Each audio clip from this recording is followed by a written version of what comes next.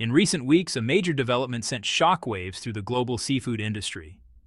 The Chinese government made an official declaration that would fundamentally alter trade patterns across the Pacific, a complete ban on all Japanese seafood imports. Within days of the announcement, orders worth hundreds of millions of dollars were abruptly terminated. Contracts that had been negotiated months in advance were torn up overnight. Japanese fishing communities, many of which had depended on Chinese buyers for generations, suddenly found themselves staring at an uncertain future. Industry analysts estimate the financial damage could exceed $500 million within the next 12 months alone. For a nation whose fishing industry has been a cornerstone of coastal economies for centuries, this represents more than just numbers on a spreadsheet. It's a crisis that threatens livelihoods, entire communities, and a way of life that has defined Japan's relationship with the sea. But while Japanese exporters scramble to find alternative markets, thousands of miles away in South Asia, a very different reaction is unfolding. Indian seafood companies are watching these developments with intense interest. Some industry insiders are already celebrating what they see as a once-in-a-generation opportunity. Their optimism isn't unfounded. India's seafood sector has been struggling under the weight of American trade restrictions, facing tariffs so severe they've effectively priced Indian products out of one of their most lucrative markets. Now, with Japan suddenly sidelined, Indian exporters believe they've found their opening. The question everyone in the industry is asking is simple, but loaded with complexity. Can India actually step into the void left by Japan and become China's next major seafood supplier? The answer, as we'll discover, is far more complicated than it appears. If you want to stay informed about the global forces reshaping trade, economy, and geopolitics, make sure to subscribe and hit the notification bell. Now, let's dive deep into this unfolding story. India's hidden strength. A seafood superpower in disguise. When most people think about India, the images that come to mind are often cultural. Bustling markets filled with aromatic spices, chaotic railway platforms where trains arrive packed beyond capacity, or the vibrant colors of traditional festivals. What rarely makes it into that mental picture is India's status as one of the world's leading exporters of seafood. Yet the geography tells a different story. India's position on the map is, from a maritime perspective, extraordinarily advantageous. The subcontinent is embraced by water on three sides, with a coastline that extends over 7,500 kilometers. This isn't just any coastline, it sits within tropical and subtropical waters that rank among the most biologically productive marine environments on the planet. The Arabian Sea, which washes India's western shores, has naturally high salinity levels. These conditions create ideal habitats for large, commercially valuable fish species that thrive in such environments. Meanwhile, on the eastern flank, the Bay of Bengal tells a different ecological story.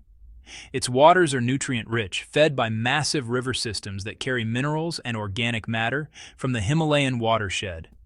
This creates perfect breeding grounds, particularly for crustaceans. Shrimp populations flourish here in numbers that have made the region famous among seafood traders worldwide. What makes India truly unique is that it doesn't just benefit from one type of marine environment. It enjoys the best characteristics of two distinct oceanic systems simultaneously. This dual advantage has positioned the country as a natural powerhouse in seafood production. Current estimates suggest India's fishing zones cover approximately 34,000 square kilometers. But it's not just about the size of these areas. Proximity matters enormously in the seafood trade, and India's location along the Indian Ocean, one of the busiest shipping corridors on Earth, means that harvest-to-market time is dramatically reduced. Transport costs, which can make or break profitability in this industry, remain relatively low. Fresh catch can reach processing facilities within hours, and frozen products can be on container ships heading to international markets within days. Recognizing these natural advantages, the Indian government has spent the better part of a decade investing heavily in infrastructure. Fishery development zones have been established along both coasts. Modern aquaculture facilities, equipped with temperature-controlled tanks and automated feeding systems, have been built in previously undeveloped coastal areas. Cold storage warehouses, essential for maintaining product quality, have been constructed at key ports. Processing plants that meet international safety standards have been subsidized and encouraged. Beyond infrastructure, policy support has been substantial. Export-focused companies have been offered tax breaks and financial incentives designed to make Indian seafood more competitive globally. The combined effect of geographic fortune and strategic government investment has been significant.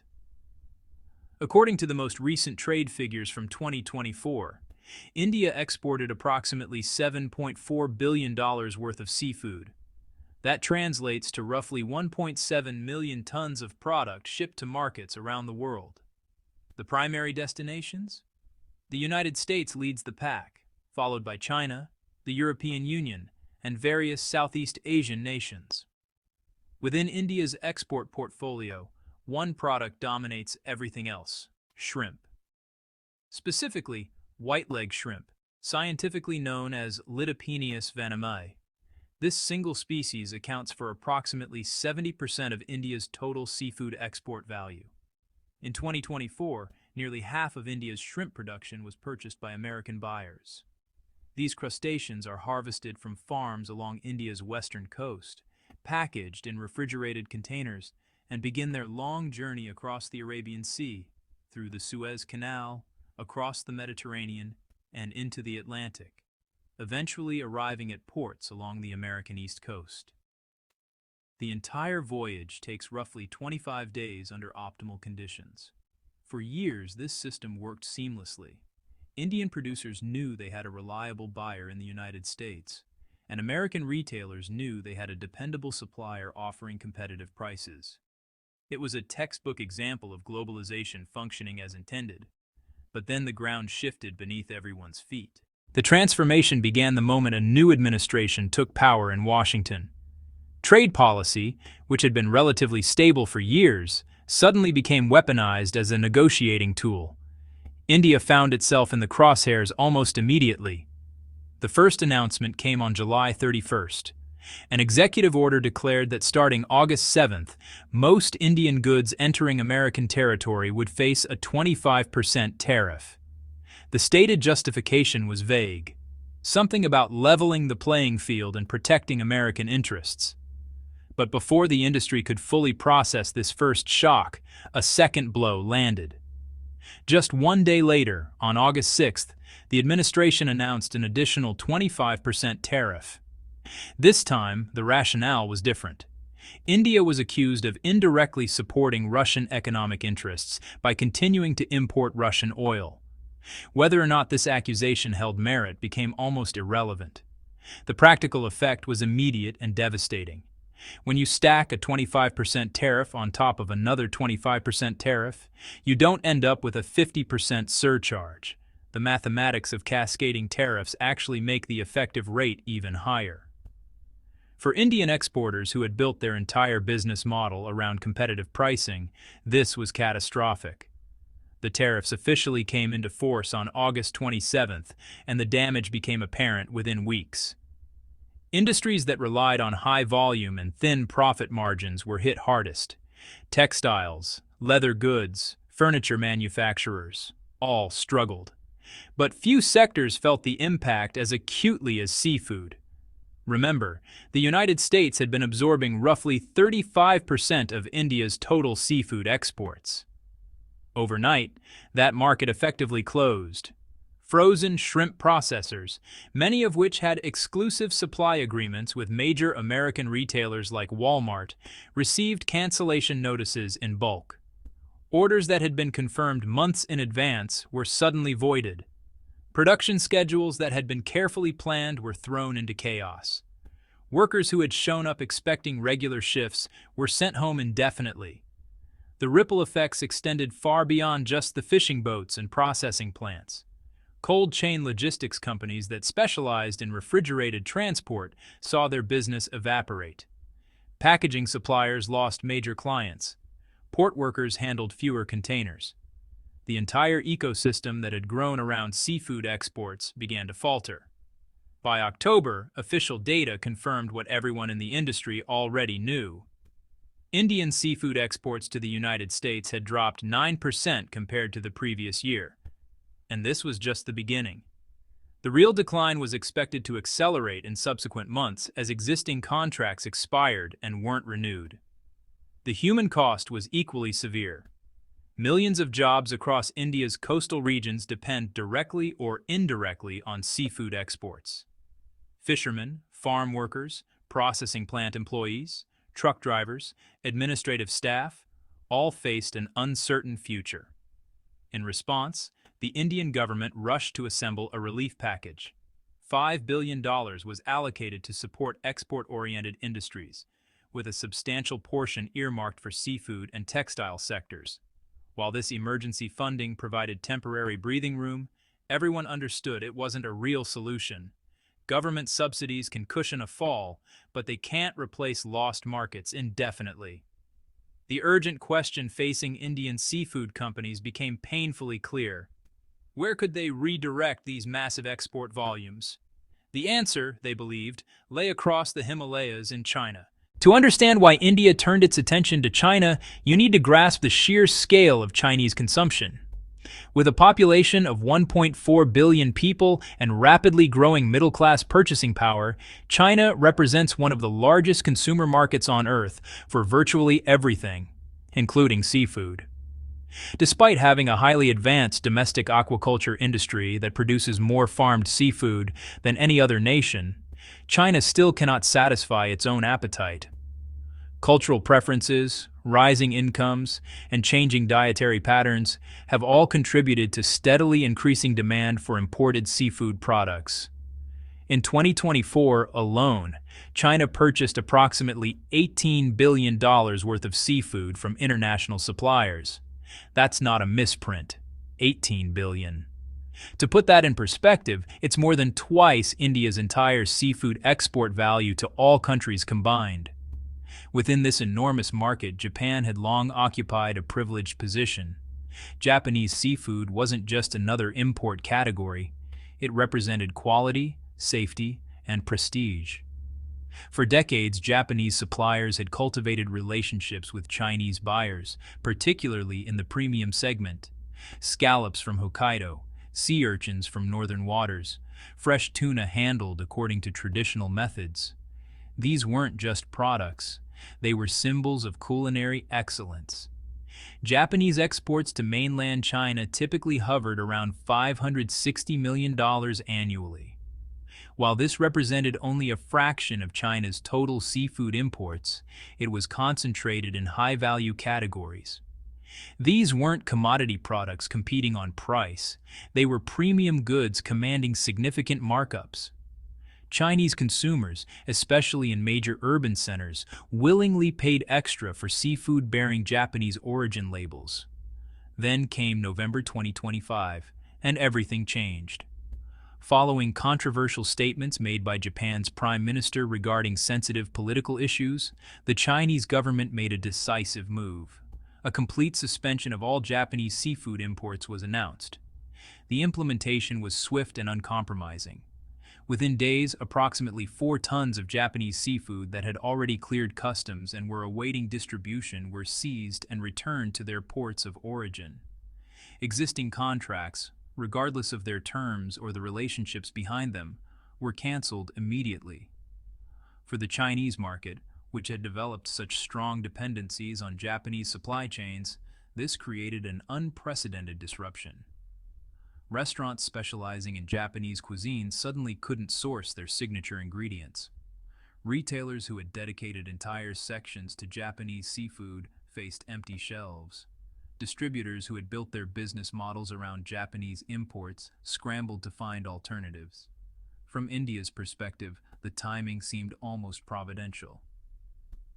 Here was the world's second-largest seafood importer suddenly dealing with a massive supply shortage. Here was a market that desperately needed new sources, and here was India with excess capacity that could no longer flow to American markets. The pieces seemed to fit perfectly. Indian industry publications began running optimistic projections. Trade associations organized emergency meetings to discuss market entry strategies. Some exporters started making preliminary contacts with Chinese distributors. The excitement was palpable. But as reality set in, significant problems became apparent. The match that looked so perfect on paper revealed fundamental incompatibilities when examined more closely. The mismatch, why India can't simply replace Japan, comes down to several critical differences. The first and most important issue is product differentiation. What Japan sold to China and what India produces are honestly, fundamentally different categories of goods, serving completely different market segments. Japanese seafood exports to China were heavily concentrated in premium, fresh, and minimally processed products. Think about delicate scallops meant to be served raw in upscale restaurants.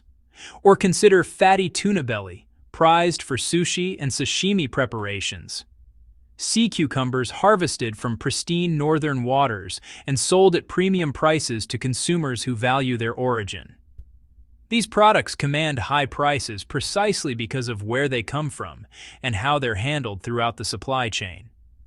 The Japanese approach really emphasizes the entire journey, from sustainable harvesting practices to immediate processing on fishing vessels, rapid transport in temperature-controlled environments, and, meticulous handling at every stage. The brand value of Japanese seafood has been built over generations, representing not just a product but a guarantee of quality and safety. India's seafood exports, by contrast, are dominated by frozen products, particularly farmed shrimp. These are volume products, not luxury items. They're sold to supermarket chains, wholesale distributors, and food service companies that, honestly, prioritize consistent supply and competitive pricing over premium positioning.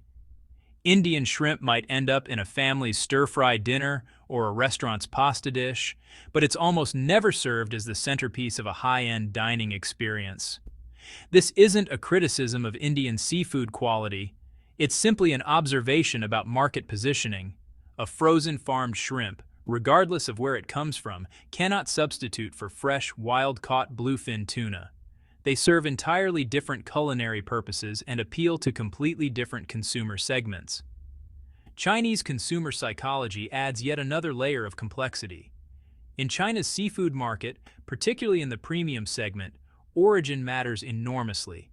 It's not just about the product itself, but about the story behind it, the reputation of its source, and the perception of safety and quality associated with that origin. Japan benefits from decades of positive brand association. When Chinese consumers see product of Japan on seafood packaging, it triggers associations with stringent quality controls, advanced cold chain systems, and a culture that takes food safety seriously. These perceptions, whether entirely accurate or not, have real market value. India, unfortunately, doesn't enjoy the same reputation advantage.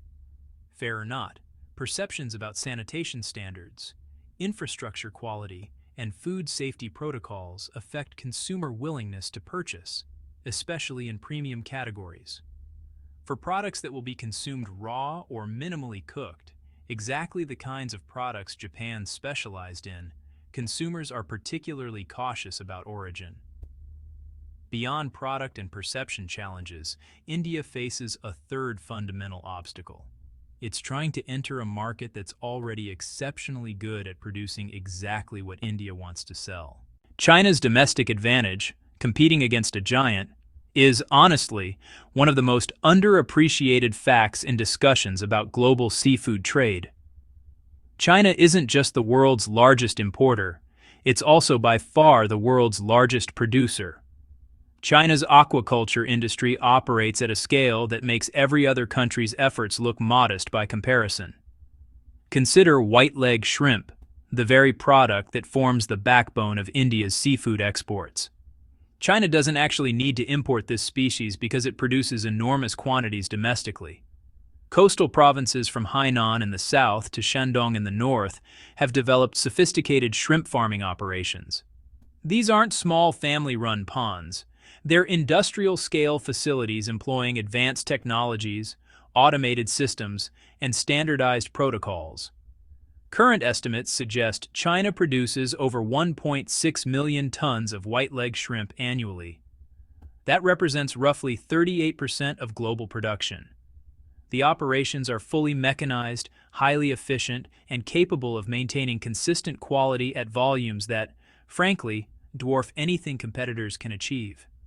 What this means for Indian exporters is sobering. They're not trying to fill a gap in the Chinese market. They're trying to compete with domestic production that already meets most of the demand, does so efficiently, and benefits from zero transport costs or import procedures. The pricing dynamics make this competition even more difficult. Chinese shrimp farmers don't have to factor in international shipping, customs procedures, or currency exchange fluctuations. Their products can go from farm to market within the same day, arriving fresher and at lower cost than imports possibly could. But even if Indian exporters were willing to compete on price and accept razor-thin margins, they'd face another significant hurdle: recent history and regulatory barriers. The quality question. Past problems cast long shadows. In 2022, Chinese customs authorities took action that sent a clear message through India's seafood industry. 35 Indian companies were suspended from exporting to China. The reason? Hygiene violations and failure to meet Chinese food safety standards. This wasn't a political move or a negotiating tactic. It was a response to documented problems. Inspectors had found issues ranging from bacterial contamination to inadequate sanitation protocols in processing facilities. These weren't isolated incidents, but patterns suggesting systemic problems in portions of India's seafood industry. The root causes are structural. Unlike China's increasingly consolidated and industrialized seafood sector, India's industry remains highly fragmented. Roughly 70% of production comes from small and medium-sized operations. Many of these are family-owned farms or small processing facilities operating with limited capital and tight margins.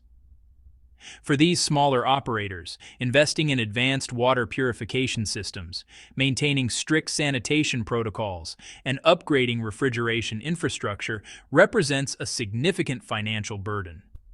Many simply can't afford the level of investment required to meet the most stringent international standards consistently.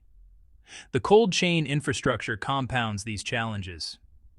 Even if a product is handled perfectly at the farm level, quality deteriorates rapidly if the cold chain is broken during transport. India's cold storage network, while improving, still has significant gaps. Transportation loss rates, the percentage of product that becomes unsaleable due to temperature abuse or handling problems, can reach as high as 35% in some regions. That's more than triple the rates seen in countries with mature cold chain systems. International quality concerns extend beyond just Chinese regulators. Indian seafood exports have been flagged multiple times across different markets for antibiotic residues exceeding permitted levels.